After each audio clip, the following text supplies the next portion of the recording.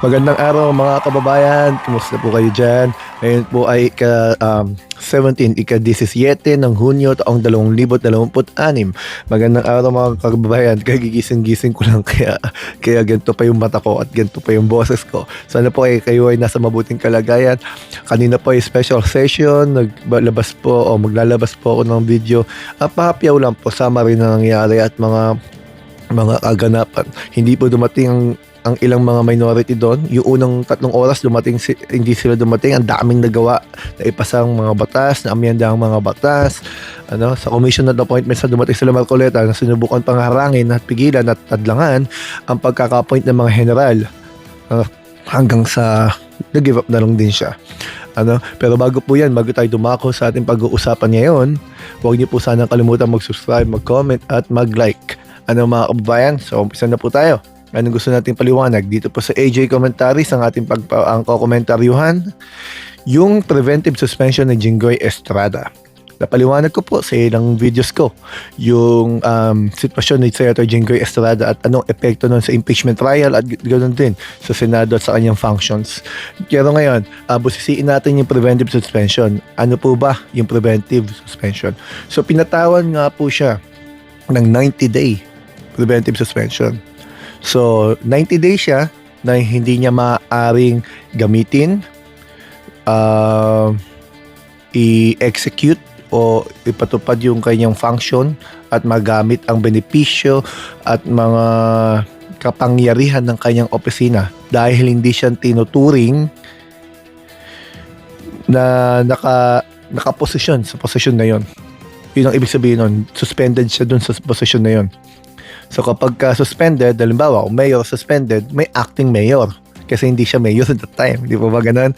So, senador po ba siya ngayon? So, 90 days suspended po siyang senador. O kung anong ibig sabihin nun, mga kababayan, siguro naman malinaw yun. Suspended siya ng 90 days. Bakit po ba siya suspended? Pinaliwanag ko po sa inyo doon sa kanyang kaso kasi na plunder. Pinaliwanag natin doon sa section 5 ng plunder. Basahin ko lamang po ulit ha. Doon sa section 5 ng plunder, nasaan na ba yun? Ay nakalagay na kung ang kaso mo ay pending, ay plunder at pending pa, hindi mo kailangan ng conviction ha. Mga kababayan, hindi mo kailangan ng conviction. Kapag ikaw ay naharap o nililitis sa kasong plunder sa RA 7080, ay ikaw ay dapat suspended sa iyong katungkulan bilang public officer. So yun na nga nangyari. Siya nga po ay sinuspinde.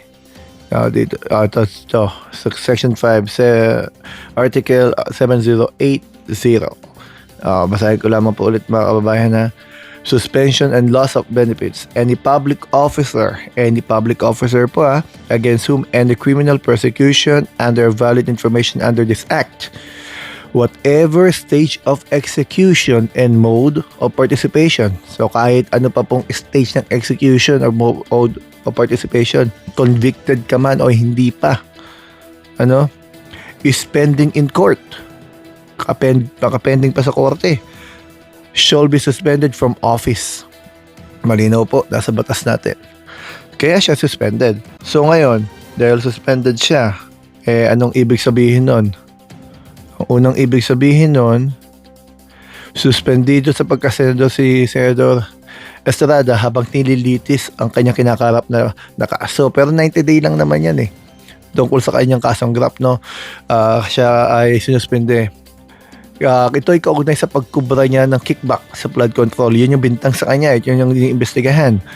Ang preventive suspension ay pansamantalang tigil trabaho na pinapataw habang isinasa ilalim sa isang investigasyon ng isang halal na opisyal. Hindi ito parusa o marka ng pagkasala. Ngunit isang suri ng proteksyon sa organisasyon para hindi mapakalaman ng akusadong investigasyon. Ito po yung pinabasa ko sa nilabas ng ng GMA News. Yan. So ayon sa ombudsman, hindi magagampanan ni Estrada ang kanyang tungkulin bilang senador habang siya ay suspendido. Tama yon. Sabi ko nga, kung ikaw ay suspended mayor, hindi ka mayor, may acting mayor. Yung vice mayor mo mag-act as mayor. So hindi niya pwedeng gawin ang mga tungkulin bilang senador. Ano ba yung mga tungkulin nila? Sa legislative function, mangbabatas, gumagawa ng batas. Sabi natin sa isang video, dalawang distinct functions ang mga legislators natin. And what's the other function? The other function, the body itself turned into a quasi-judicial function kung saan nagiging senator judges sila kapag merong impeachment trial. Hindi rin po niya magagampanan yun. 90 days. July 6 na po ang simula ng ano ba ito? Impeachment trial. So, ano ibig sabihin po nun? Hindi po siya kabilang sa 24. Hindi siya pwede sa hearing. Nakakulong na naman siya. Lalong hindi siya pwede bumoto. So ngayon, yung 2/3 na boto bang sinasabi nila, 16 pa rin kasi 24 ang bilang ng iba. Malinaw po. At sana nga, idulog nila ito sa Korte Suprema. Wala pong sinasabing 16 votes ang Korte. Ang sinasabi po doon, 2/3 of its members. Member po ba siya sa loob ng 90 days? 2/3 of its members. Kapag po ba may mga patay, member pa rin yung patay. Huwag naman po sana. Kung may 10 po bang suspendido, 14 lang sila. 24 pa rin po ba bilang natin? Pinaliwanag ko po yan sa isang video. Pero lilinawin ko lamang po muli ngayon. Mga kababayan, ang batas po natin, may tinatawag tayong statutory construction sa law school. Yung nasa law school po ako, may pinag-aralan kami doon na parte sa statutory construction. Ang sinasabi po doon, you don't interpret the statute, no? You don't interpret the statute with on its absurdity. Hindi mo siya i-interpret na ang dulo mo ay katatawanan o kakatuwa o weirdo siguro masasabi. Dapat logical. Kasi ang ginawa ng batas, kaya ng sinabi natin sa mga nakaraan, ang Senado ay continuous body. Kaya nga 12 yan eh. Kahit mag-election pa ng 12 yung kalahati nila, tuloy pa rin sila kasi may 12 sila. Hindi katulad ng lower house, lahat sila mag-election, putol. So you don't interpret the statute in absurdity, mga kababayan. Halimbawa pa, kailangan nyo na 16, kasi nasa isip nyo 16. So kung 24 kayo at patay ang 10, wag naman sana, 14 na lang. Sabihin man ng impeachment trial, automatic acquit na kahit guilty yung sinampaan ng kaso. Mga kababayan, ganun ba yun? Lalabas nun yung batas nyo ay mali. Kasi dapat, ang batas ninyo ay para sa may logic na pamamaraan, mga kababayan. So, kung gano'n naman pala, sana nga mga ilang Supreme Court, sana may petition na to. Kasi kung 23 na lang sila, ang tingin natin doon, ang 2/3 ng 23 ay mas mababa sa 16. So, maaaring 15, di ba? Hindi ba pwede 15.5? Alam din naman po natin na si Marcoleta ay nahaharap din sa same na kaso of plunder, mga kababayan. Anytime pwede yung malalabasan ng warrant of arrest. At yung kaso po niyang plunder, hindi po ginawa ng iba, hindi niya pwede ibintang sa iba. Siya po mismo, napanood ko yung interview niya Binaliwanag ko na rin po ito. Sana napanood niyo po yun. Siya mismo nagsabi na 75 million ang total na nakuha niya bago mag-eleksyon. 30 million mula kay Mike Defensor, 25 million mula doon sa isa, 20 million doon sa isa. 75 million pesos ang katwiran niya. Tinanggap daw niya yon bago ang campaign period. Kaya sinabi ng COMELEC walang election offense dahil ano, mga kababayan? Dahil wala siya sa ilalim ng campaign period. Tama yun. Kaya kadaldal niya yun. Pumasok pa siya sa plunder, mas mabigat. Kasi sabi sa plunder, sa section 2 ng RA 7080, sinasabi din doon na ano ba ang plunder, di ba? Yun yung mga, pati gift kasama doon. Sabi niya, bigay daw yun gift. Series of events. 3 beses siya natanggap 20, 25 million, 30 million, magkakaibang araw. Di 2 elemento na, pasok siya. Ano pa? More than 50 million. 75 million total Ang pinakamabigat nun, public officer. Kongresista po siya nun. Kahit na sabihin mo walang hinihiling kapalit si Mike Defensor, halimbawa sa pagkakataong ito o pagkakataong iyon, bilang ikaw lingkod bayan, sa mga susunod na panahon kaya at bumulong yan sa iyo, kaya mo bang tanggihan?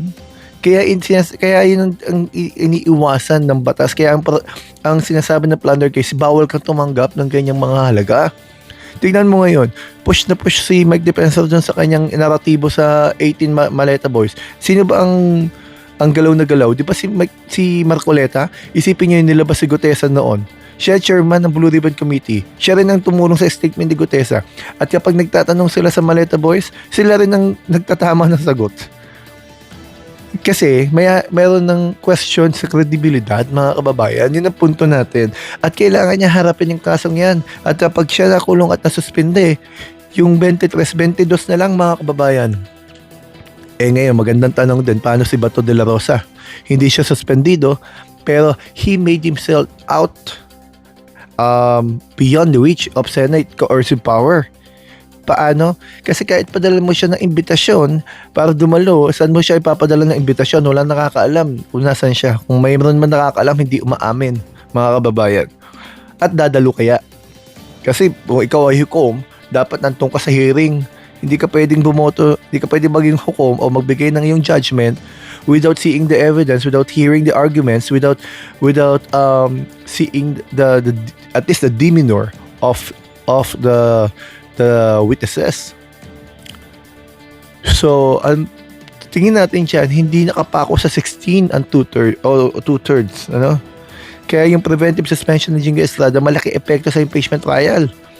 At kapag ganun din ang naging kapalaran ni Marcoleta, 22. At kung ganun din ibibigay na ang sitwasyon ni Bato de la Rosa, 21, ang 2/3 po yan ay 14 votes na lang para ma-convict si Sara Duterte. Hindi po tayo one-sided. Sabi po natin yung pagkakaunawa natin sa batas, pero sana magkaroon ng petition sa Supreme Court for once and for all, magkaroon ng linaw, ano? Hanggang dito po muna muli, mga kababayan. Maraming salamat po sa inyo.